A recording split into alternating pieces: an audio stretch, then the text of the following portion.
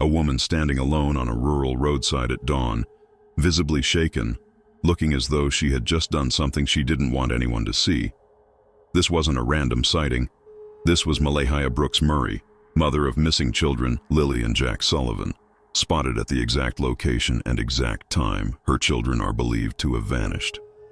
The witness who saw her, Janie McKenzie, the stepmother of Daniel Martell, standing just yards from where two young children would disappear without a trace less than an hour later. For months, investigators and the public have been asking the same questions. How did two children vanish from a fenced backyard in broad daylight? Why was there no evidence of them wandering into the treacherous Nova Scotia wilderness? Why did massive search operations involving helicopters, cadaver dogs, and over 160 trained volunteers find virtually nothing? The answer might not be in the woods at all. It might be in what happened on that roadside before anyone called 911. New information has emerged from sources close to the investigation, information that challenges everything we thought we knew about this case. Eyewitness testimony, leaked communications, and behavioral analysis are converging to paint a picture that is both heartbreaking and deeply disturbing. This isn't about speculation anymore. This is about documented observations, confirmed timelines, and patterns of behavior that investigators cannot ignore. Before we examine this bombshell evidence and what it means for the investigation into Lilly and Jack's disappearance, you absolutely need to subscribe to True Crime Vault right now and smash that notification bell. We've been covering this case with depth and integrity that goes beyond headlines, bringing you analysis grounded in facts, not sensationalism. This is a developing investigation with new information emerging constantly, and you don't want to miss critical updates that could finally bring answers for these missing children. Hit that like button, because it helps push this content to people who care about justice for Lilly and Jack. Drop your thoughts in the comments respectfully. What do you make of this roadside sighting?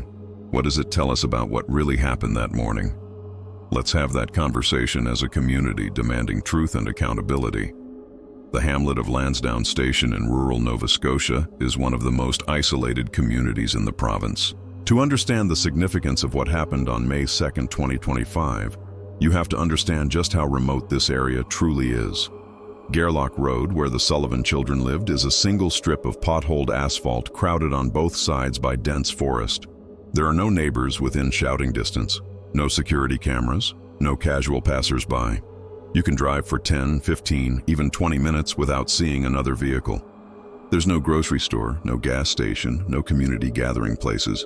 Just wilderness, isolation, and the kind of anonymity that people either treasure or exploit depending on their intentions. This matters because on the morning of May 2nd, when Janie McKenzie reported seeing Malehya standing on the side of that desolate road, there was absolutely no innocent reason for her to be there. No legitimate explanation for why a mother would be outside on a rural roadside at that hour in that location. And the expression on her face, according to the witness, wasn't confusion or distress about lost children. It was fear. The unmistakable look of someone who had just done something serious and desperately didn't want to be seen. Let's establish the timeline with precision because timing is everything in this case. At approximately 8:59 a.m. on May 2nd, according to police documents, Janie McKenzie heard what she believed were children's voices and the sound of swing-set chains from her motorhome on the property. She assumed Lilly and Jack were playing in the backyard. She never looked outside to visually confirm this. She simply heard sounds and made an assumption. But here's what makes that crucial. At some point during or immediately after those sounds, Malehya was spotted standing on the roadside. Not in the yard searching frantically, not calling out for her children, standing on a rural road that leads nowhere, looking shaken and afraid. At 10:01 a.m., exactly 1 hour and 2 minutes after the sounds Janie heard, Malehya called 911 to report the children missing. 1 hour. That's not the timeline of a mother who just discovered her kids wandered off. That's a gap. A window during which something happened that we're only now beginning to understand. The source of this roadside sighting information comes from Darren Geddes, a second cousin of Malehya who goes by the online name Darwood.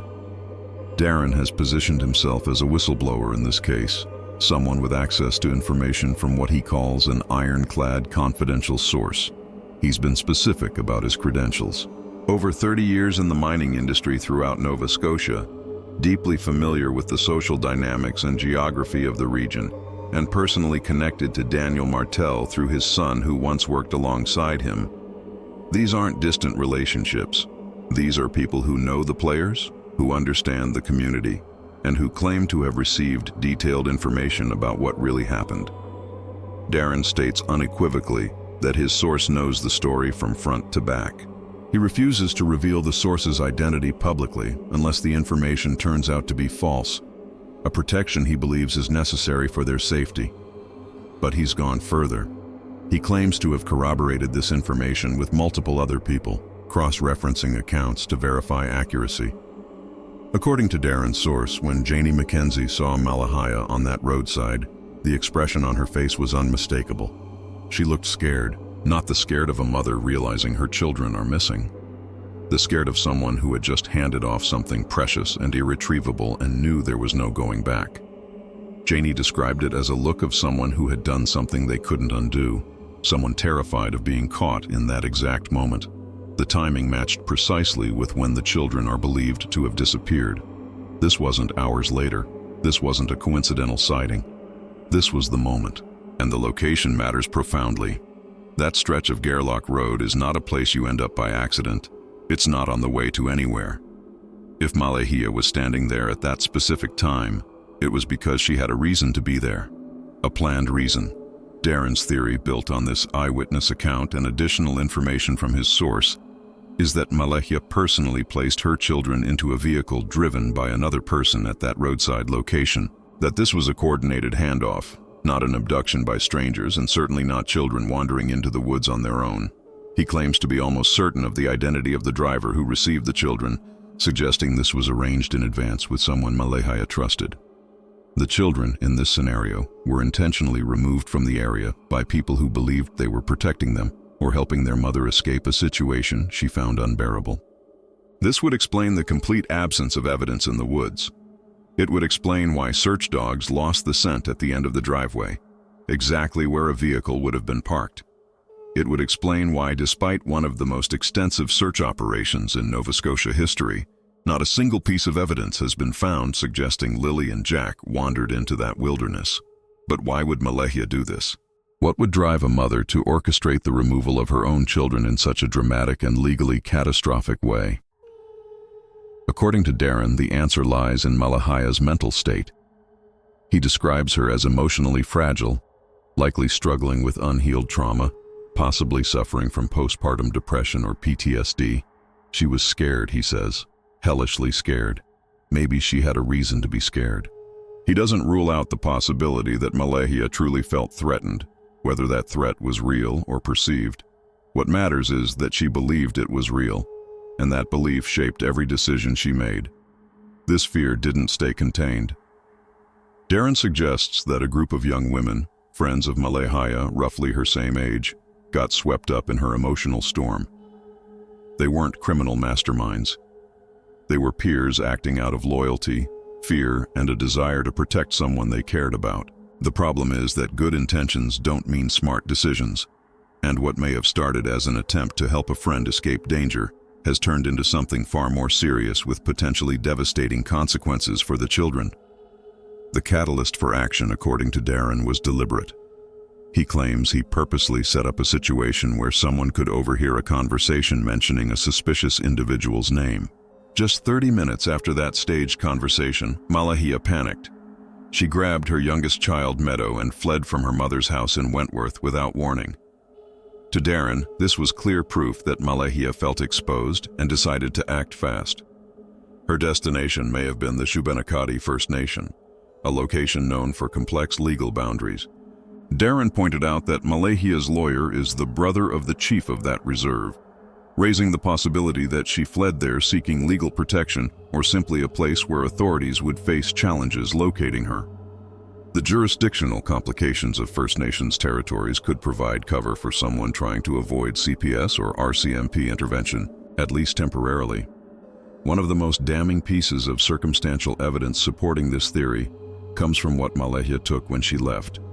According to Daniel Martel in a live-stream discussion, when Malehya made her final visit to their shared home after the children disappeared, she didn't gather her clothes or personal belongings.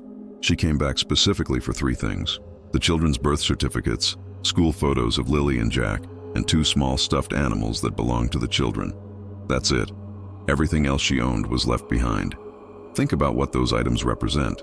Birth certificates are needed for travel, for enrolling children in school in a new location, for proving identity when crossing borders.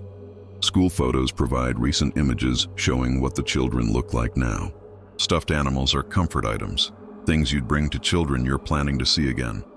Why would a mother whose children had vanished into the woods take those specific items unless she knew where the children were and needed documentation to either reach them or move them? Darren believes with absolute certainty that Lilly and Jack Sullivan are alive.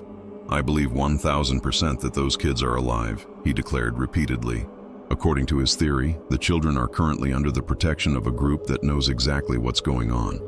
They're being cared for, not in danger, likely with a native community that understands the risks surrounding their situation and has intentionally stepped in to shield them from what they perceive as threats. They're safe. They're being taken care of, he insists. But safe is a relative term. If the children are being hidden from legal authorities, from medical care, from education, from their extended family, how safe can they really be? And the clock is ticking. Darren warns that too much time has already passed, giving those involved ample opportunity to move the children far away, potentially across international borders.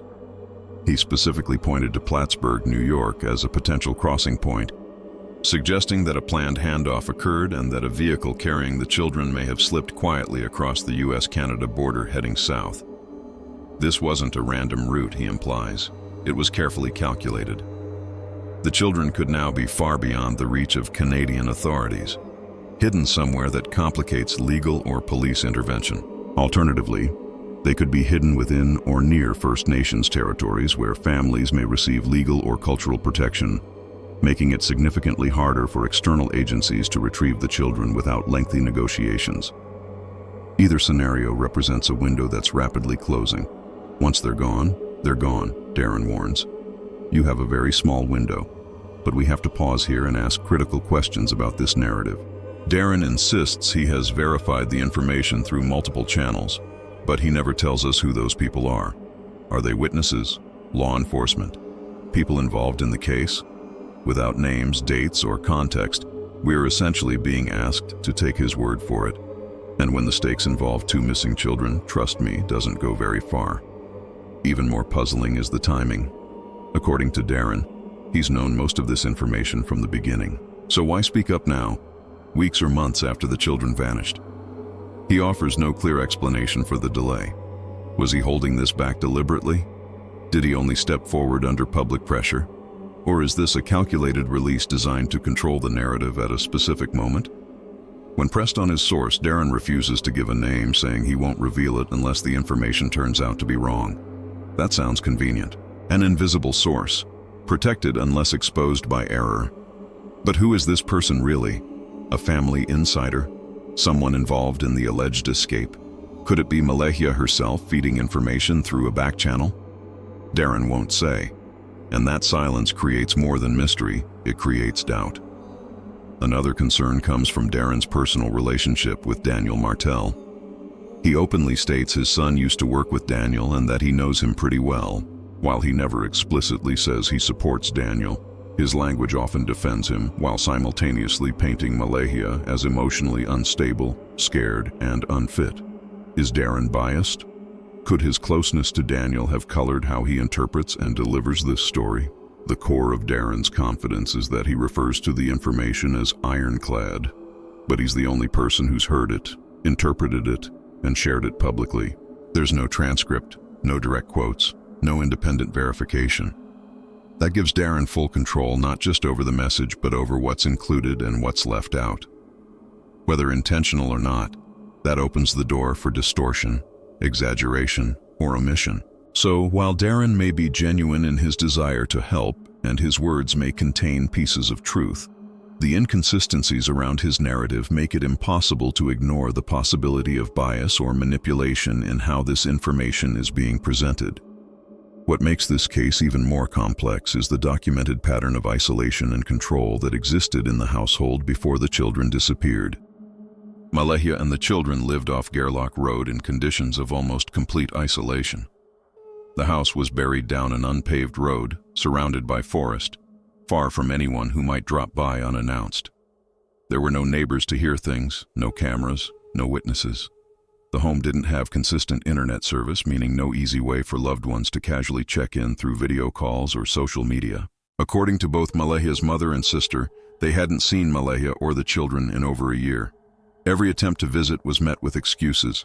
She stopped attending family dinners, stopped calling back, stopped showing up. She just disappeared from us, a relative said. That's not natural. That's isolation. Even within her own community, the Shubenacadie First Nation, Malehya became a stranger. No one had recent contact. No one saw her at gatherings. No one knew what was happening in her life. Online, she went dark, her social media falling silent. When the kids were reported missing, every photo she'd posted was old, sometimes a year outdated. There were no fresh images, no recent proof of daily life, and there was financial dependence layered on top of geographic isolation. There's no record of Malehya holding any job, no personal income, no bank account in her name, suggesting financial autonomy. Everything was reportedly handled by Daniel. She didn't drive, she didn't go shopping, she had no means to leave, even if she wanted to. This wasn't just circumstantial, it was structural control.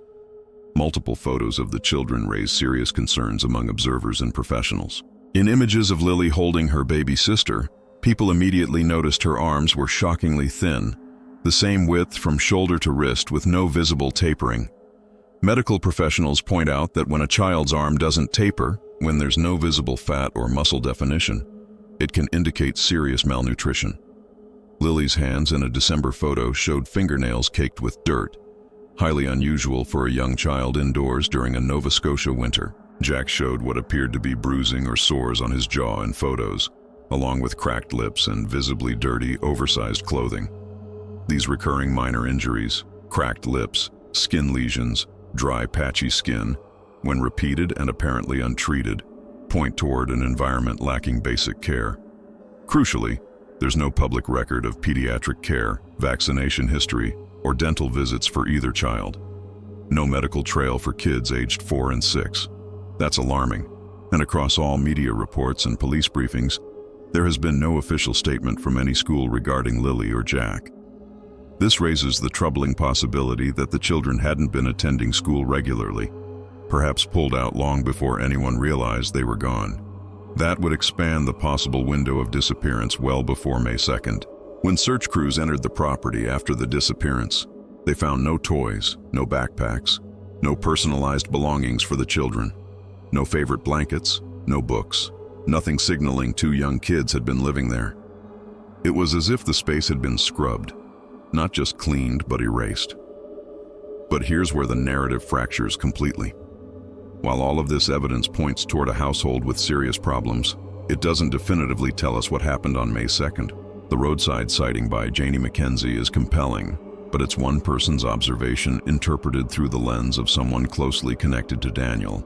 The theory that Malehya orchestrated an escape with help from friends relies entirely on second-hand information from an unnamed source filtered through Darren, who has acknowledged personal connections to Daniel.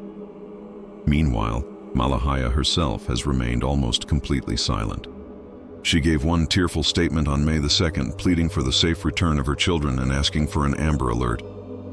She has not spoken publicly since, despite repeated media requests. Her family cites police advice as the reason for her silence. That silence has been interpreted in multiple ways. Some see it as evidence of guilt, a mother who knows exactly where her children are and is avoiding questions she can't answer honestly. Others see it as self-preservation, a woman following legal counsel to protect herself in an active investigation. Still others wonder if she's being controlled or managed by family members who are shaping how she's perceived publicly. What we do know is that Malehya left Daniel. Within days of the children's disappearance, she packed up baby Meadow and moved away, cutting off all contact with him. She blocked his number, left the area, and severed the relationship completely. That timing is significant. For a couple who had been presenting a united front to suddenly fracture so dramatically suggests something fundamental changed. Daniel's response to all of this has been to position himself as the victim of unfair suspicion. He's complained about being judged, about media treatment, about people coming after him without knowing the full story. He's suggested that the real harm is being done to him, rather than focusing on missing children.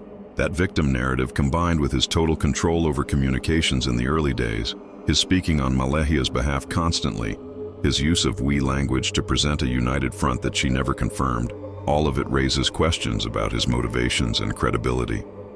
When Malehya left, Daniel's voice began to fade.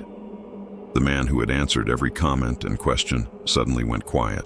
Without her there to speak for, his narrative lost its structure. In January 2026, police charged Daniel with assault, sexual assault, and forcible confinement relating to an unnamed adult complainant during a period when Malehya was living with him. The incidents allegedly occurred between September 2024 and March 2025, overlapping with when Lilly and Jack lived in that household.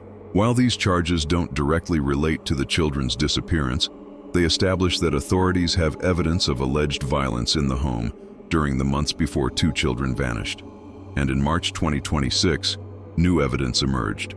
RCMP Pictou County District provided additional disclosure to the Crown in Daniel's assault case, forcing an adjournment so both sides could review the materials.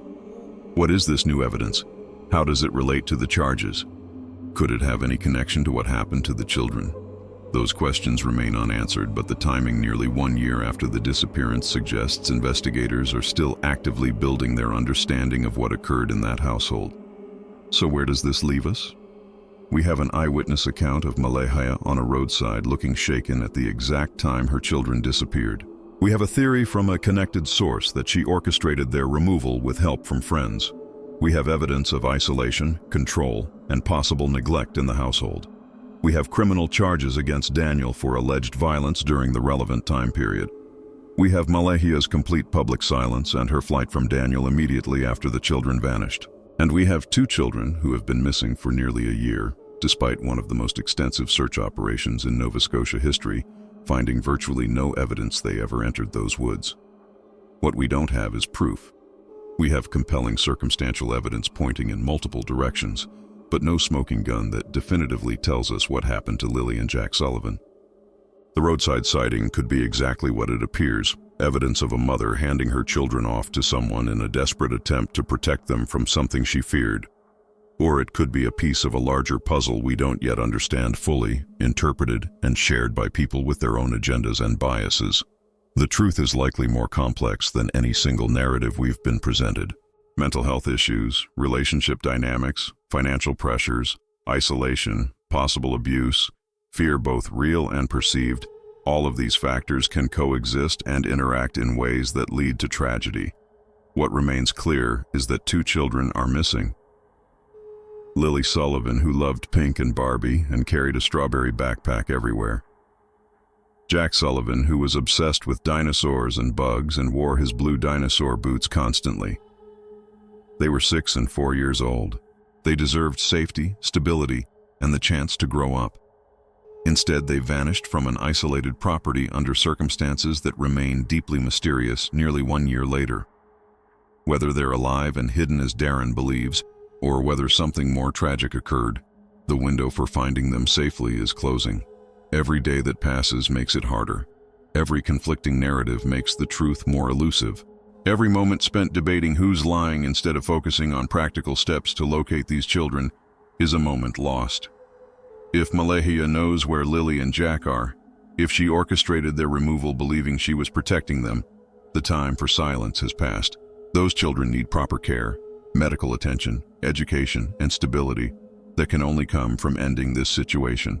If Daniel or anyone else has information about what really happened, the same applies. And if there are friends or family members who helped hide these children out of loyalty or fear, they need to understand that good intentions don't excuse the harm being done by keeping 2 young children away from systems designed to protect them.